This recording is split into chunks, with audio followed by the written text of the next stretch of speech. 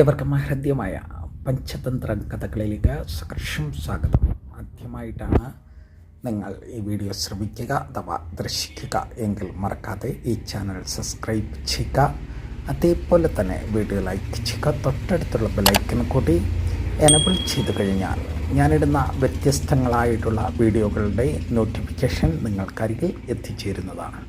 മറക്കാതെ ശ്രദ്ധയോടുകൂടി ആചരിക്കും എന്നുള്ള ശുഭാപ്തി വിശ്വാസത്തോടുകൂടി മുൻ വീഡിയോയിൽ പറഞ്ഞിരിക്കുന്നതിൻ്റെ തുടർച്ചയായിട്ടുള്ള കഥാഗോളത്തിലേക്ക് ഇവിടെ സംവാദം എന്ന് പറയുന്നത് കാകദമ്പതികളും സൂത്രശാലിയായ കുറുക്കനും തമ്മിലുള്ള ആ സംഭാഷണ ഭാവമാണ് നമ്മൾ ചർച്ച ചെയ്തുകൊണ്ടിരുന്നത്.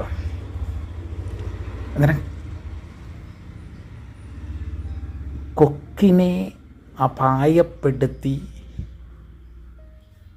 മൃത്യുപഥത്തിലെത്തിച്ച വിവേകശാലിയായിട്ടുള്ള ഞണ്ട് ആ കഥ ഗ്രഹിച്ച കാക്കദമ്പതികൾ കുറുക്കൻ്റെ അടുക്കൽ ചോദിക്കുകയാണ്,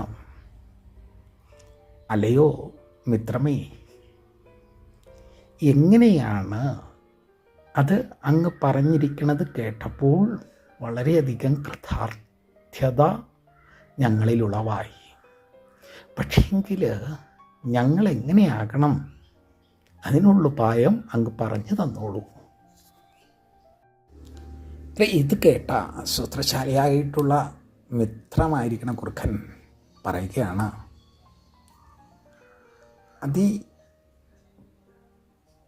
സുന്ദരമായ മധ്യം ദേശത്തിൻ്റെ അധിപൻ്റെ പത്നി എന്ന് വെച്ചാൽ രാജാവിൻ്റെ പത്നി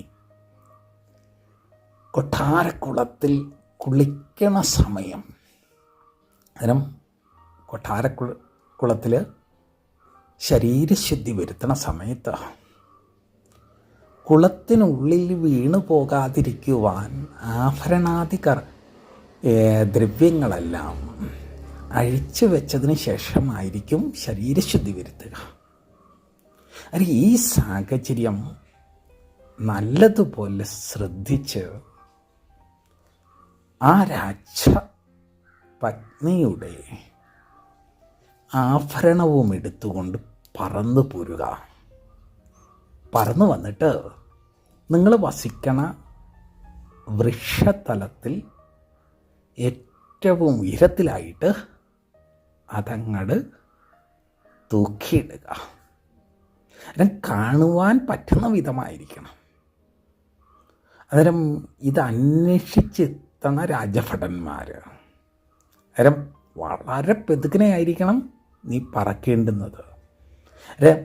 രാജപത്നി നിലവിളിക്കണ മാത്രയിൽ അത്ര വിലപിടിപ്പുള്ളതാണ് രാജപത്നിയുടെ മാല എന്നുള്ളത്. അതിന് തങ്കത്താൽ പൂരിതമായ ആ മാല വളരെയധികം ശ്രദ്ധയോടുകൂടി എന്നാൽ വേഗത്തിലല്ലാതെ അവർക്ക് നിന്നോടൊത്ത് വരുവാനുള്ള ആ ഒരു നിധാനത്തിൽ വേണം അതും കൊണ്ട് പറക്കുവാൻ. എന്നിട്ട് ഈ വൃക്ഷതലത്തിൽ അത് തൂക്കിയിടുക.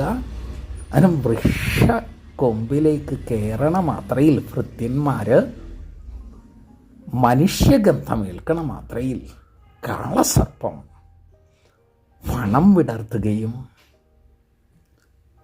അതിൽ നിന്ന് രക്ഷപ്പെടുവാൻ വേണ്ടിയിട്ട് ഭൃത്യന്മാർ സംശയമൊന്നും വേണ്ട അതിനെ തല്ലിക്കൊല്ലുകയും ചെയ്യും. ഇത് കേട്ടപ്പോൾ എന്ത് നല്ലൊരാശയമാണ് തങ്ങൾക്ക് തൻ്റെ മിത്രം പറഞ്ഞു തന്നിരിക്കുന്നത്. ഇതിനേക്കാളും വലിയൊരു ആശയം ഇല്ല എന്ന് തന്നെ ചിന്തിക്കാം. നമ്മൾ ഏത് കർമ്മം അനുഷ്ഠിക്കുമ്പോഴും പണ്ട് മുതിർന്നവർ പറയും ആലോചിച്ച് പ്രവർത്തിക്കണം എന്ന്. ആലോചിച്ച് പ്രവർത്തിച്ചു കഴിഞ്ഞാൽ നമുക്ക് അബദ്ധങ്ങൾ വന്നു ചേരുകയില്ല. കാരണം ആ അബദ്ധങ്ങൾ വരാതിരിക്കുവാൻ അതിയായിട്ടുള്ള അതീവ വൈവിധ്യമാർന്ന ഉപായ പദ്ധതികൾ യഥേഷ്ടം നമ്മളുടെ ഭാവനയിൽ വിടരുവാൻ, അല്ലെങ്കിൽ നമ്മുടെ മനസ്സിൽ ആഴ്ന്നിറങ്ങുവാൻ ഏറ്റവും ഉപകാരപ്രദമാണ് പഞ്ചതന്ത്രം കഥകൾ. ഇത് കുട്ടിക്കഥകളായും അല്ലെങ്കിൽ അതേ രീതിയിലുള്ള ഭാവത്തിൽ കാണുമ്പോൾ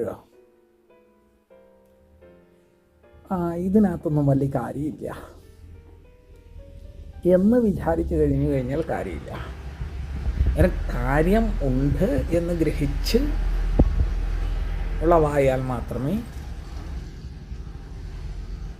അതിൽ നിന്നുള്ള നല്ല ആശയങ്ങൾ നമുക്ക് വാർത്തെടുക്കുവാൻ സാധിക്കുകയുള്ളൂ. നല്ല ആശയങ്ങളാണ് ഉത്തമ ജീവിതത്തിന് അടിസ്ഥാനമായിട്ട് നമുക്ക് ലഭ്യമാകുന്നത്. നല്ല ആശയങ്ങളുണ്ടെങ്കിൽ ആ നല്ല ആശയങ്ങളിലൂടെ നല്ല പ്രവർത്തന മേഖലകളിലേക്ക് അതിലൂടെ ചൈതന്യപൂരിതമായിട്ടുള്ളൊരു സമൂഹത്തെ ശ്രദ്ധയോടുകൂടി കേന്ദ്രീകരിക്കുവാൻ സാധിക്കും എന്നുള്ളതാണ്. അതിന് ഈ വീഡിയോ ഏവർക്കും ഇഷ്ടമായി എന്ന് കരുതുന്നു.